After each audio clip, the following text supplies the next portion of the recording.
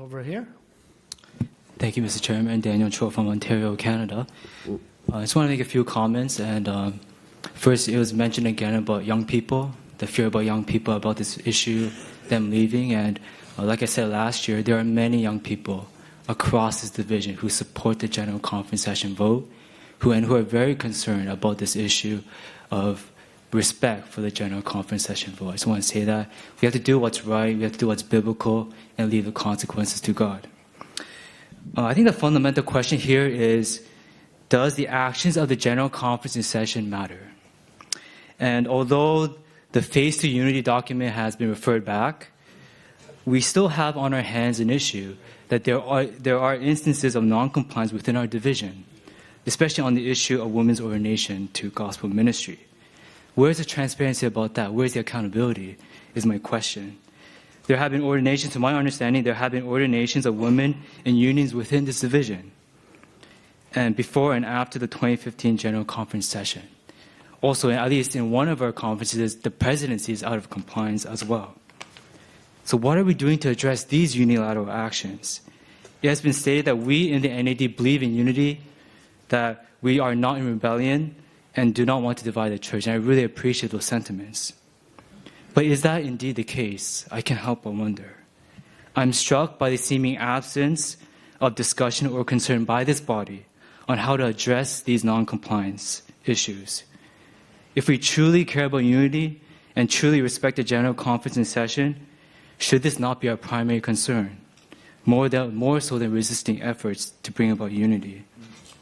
I honestly can't help but feel that we're being a little bit disingenuous. If we stand by and do nothing when voted actions and policies are violated, it's to undermine the God-given governance structure that we've been given, and I believe to indeed disrespect God Himself. We were given 1 full year in Phase 1, and those entities who are not in compliance were given plenty of time to reverse course. Yet, as far as I can tell, nothing has changed, or little. So my question is, what are we going to do?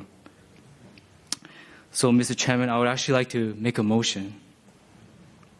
And so the motion is, in the spirit of church unity and respect for the decisions of the General Conference in session, and recognizing that the General Conference in session, with delegates from all over the world, is the highest human body that we have for settling disputable matters among its divisions and their entities in the church, we, the North American Division Executive Committee, as part of the General Conference, as the GC Legal Counsel said, directs that all entities that we serve to bring their practice into harmony with all the NAD, GC policy, and with the 2015 vote of the World Church on Ordination. I so move. Thank you. Okay. We have a motion. Do we have a second? Second. Okay, we have a second. We now have a motion on the floor. Have we got the wording of it? Give us a moment to get the wording on the screen. Okay, we'll put the wording up on the screen. And we... I'm wondering if the person who made the motion could come and work with our secretary, and if we can make it more succinct so we might be able to put it on the screen. We do allow our members to speak and to move, and it is up to the body to react and to respond. Yes, sir.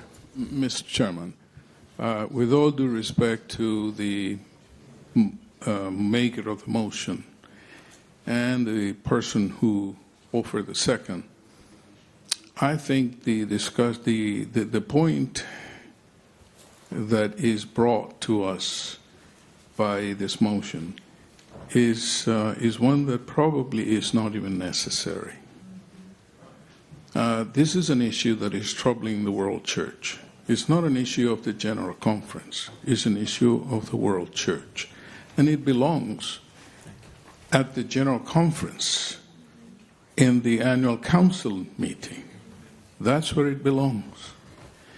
I personally believe that we would be better served if we were to keep the discussion open, receive all the input possible, because we need all the light we can get, and then with the help of the Holy Spirit, if you can transmit that to us, we would be probably better serving the church with that. So I move that we table this motion. Okay, moved to table. There is no discussion on a motion to table. Do you have your red voting cards?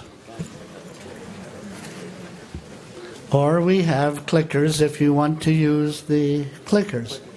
Okay, we're I have it on here. I'm just not sure. Andrea, are we able to use the? Here, but I don't know about the projecting on the screen, and I don't know where Georgia is. Oh, there it is. Okay, good. We're good. Got it. Are we able to do? We're good. We're good. Yeah. Okay. All right, please take your voting devices out. I think as they showed you the other day, when I tell you to proceed, you will proceed. A is for yes, B is for no, C is to abstain. Okay. Yes means we're in favor of tabling the motion. No means we're not in favor, and C means I don't want to vote. Okay? Let us say, has everybody got their device out? Okay? There is no discussion.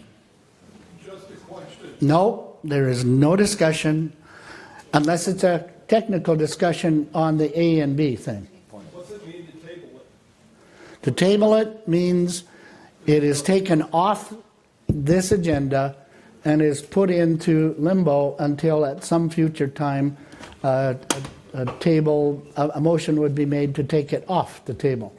And it could stay there forever unless that motion is made.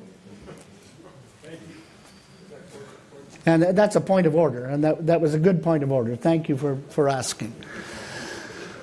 All right, please take your voting device, and if you are in favor of putting this matter, the vote that is, on the table, that is taking it away from the agenda or from the table as such, you will push yes. If you're opposed, you will say no. Okay, please vote.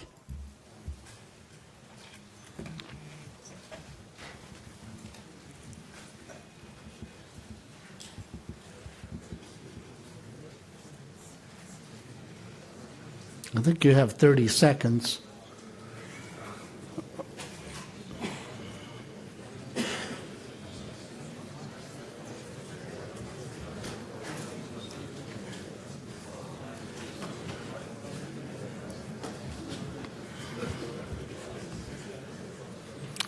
Okay, there is your answer. Would somebody please read those numbers? I can't see that far. 186, 25 no, 186 yes, 25 no, and 3 abstain. All right, the motion is tabled. We will move on in the discussion. I think we had two people, we had